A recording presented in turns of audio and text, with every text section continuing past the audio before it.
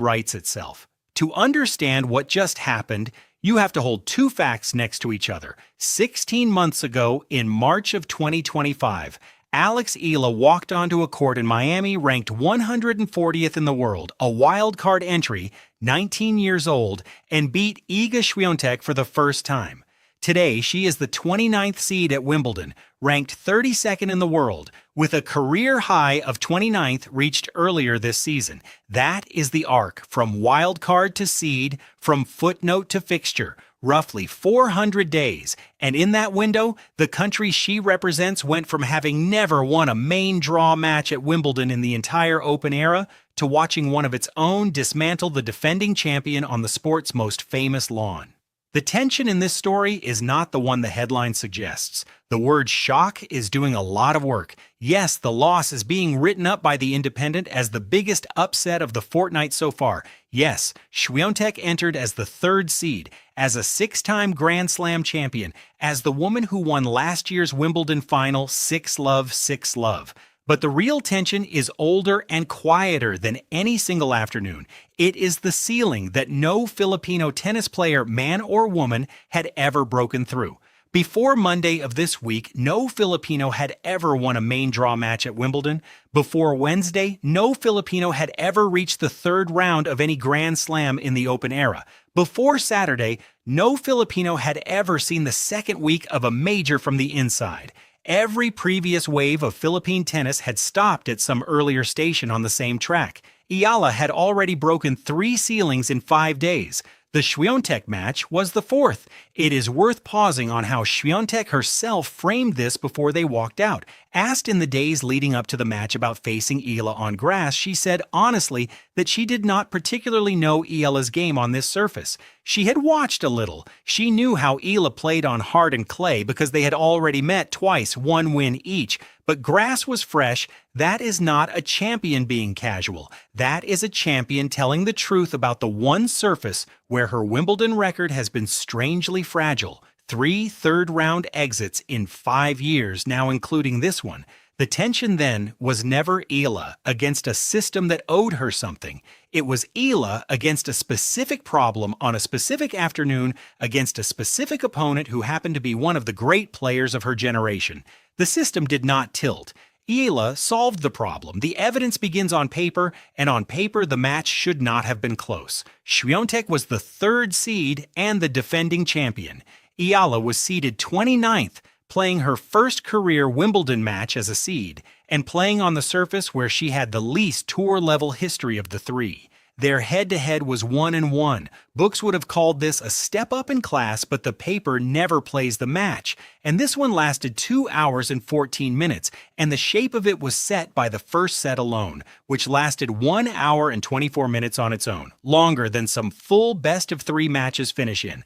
That first set was decided by a 20-point tiebreak. Eala won it 11-9. She saved set points inside it, and on her 4th set point, she forced Swiatek's forehand wide with a rally ball that gave the pole nowhere to go. That is not a lucky first set. That is a first set won by the player who was slightly cleaner under pressure, slightly deeper on the return, slightly more willing to hit through the point rather than around it. Then came the second set, and the second set explained the first. Both players took a lengthy off-court break after the tiebreak.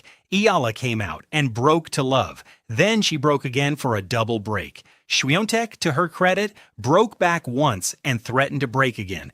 But at 15-40 down, Eala won a return point that ended with Swiatek missing a backhand volley, and the double break was restored. That is the shape of the tape. Now the numbers, because the numbers explain what the naked eye can miss. Across the 2 sets, according to the match feed reported by Olympics.com, Eala broke Swiatek 5 separate times. She won 68% of points on Swiatek's second serve. Swiatek, one of the cleanest ball strikers in the modern game, committed 44 unforced errors. Eala committed 21. That is not a match Eala stole in the tiebreak. That is a match Eala controlled point by point by point with cleaner tennis on the aggressor's side of the court. And the numbers matter because they answer the question the headline invites. Was this a fluke? Read that error count again. 21-44. No, it wasn't. Let this next sentence breathe. Somewhere between the fifth break of serve and the third match point, in the space of one long game near the end, this story stopped being a scoreline and started being a person. The final cluster of evidence is not a statistic, it is a game and then a sentence. The game came first, the last one Eala had to win. She reached match point 3 separate times inside it. She saved 4 break points along the way. In total, she played 17 points in that single game, a game that on paper takes 4.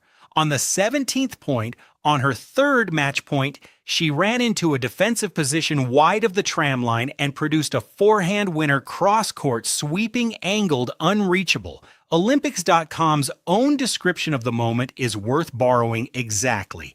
It triggered, they wrote, an eruption of ecstasy across southwest London and the Philippines. Now the sentence.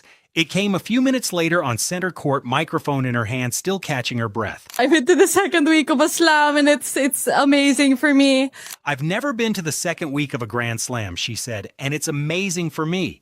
Then in the same interview, she said this. I want to train with brother and my grandfather every day after school with my ruffled socks and my light up shoes and chubby cheek. I went to train with my brother and grandfather every day after school with my ruffled socks and shoes and my chubby cheeks. This is everything. And then this goes out to all the little girls with ruffled socks and chubby cheeks. It means the world. That is not a media-trained line.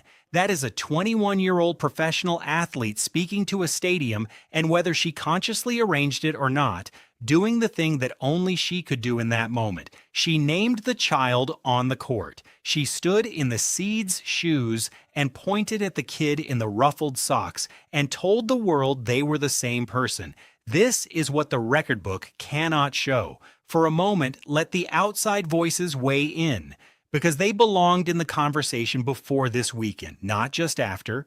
In June, before this Wimbledon began, the 4-time Grand Slam champion and Hall of Famer Kim Clijsters was asked in a video preview to name a player she was excited about on the women's side. Her answer, on tape, without prompting, for me, on the women's side, it was, I think, Eala. You know, she beat Donna Vekic, and I was like, oh, that's a good win. That quote matters not because Clijsters is famous. It matters because she said it before the Swiatek match, not after.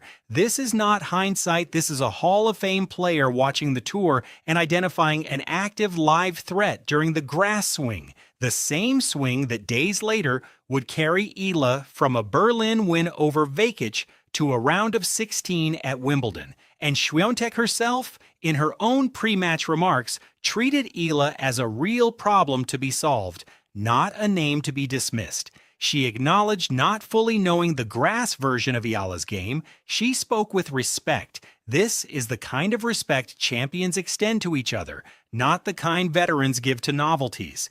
Eala was not underestimated by anybody who was paying attention. She was underestimated only by the headline that assumed her name had to be shocking to be worth saying out loud. Now, the wider frame, because Filipino tennis is not just Alex Eala, and Alex Eala's win is not just Alex Eala's win. The Philippines is a country of roughly 110 million people. Its tennis infrastructure is, by any honest measure, thin. The country has not historically been a factory for professional players. What Eala inherited was not a system pushing her up. It was a family and a small circle of coaches and a lot of hours. She said as much on court in her own words. That is the personal side. The public side is what happened during the match. Cameras at the All England Club caught Filipino fans on Henman Hill watching her play, holding on to every point. That is a diaspora with a physical footprint at Wimbledon, not just an online one. The Roland Garros official social account posted her name after the match.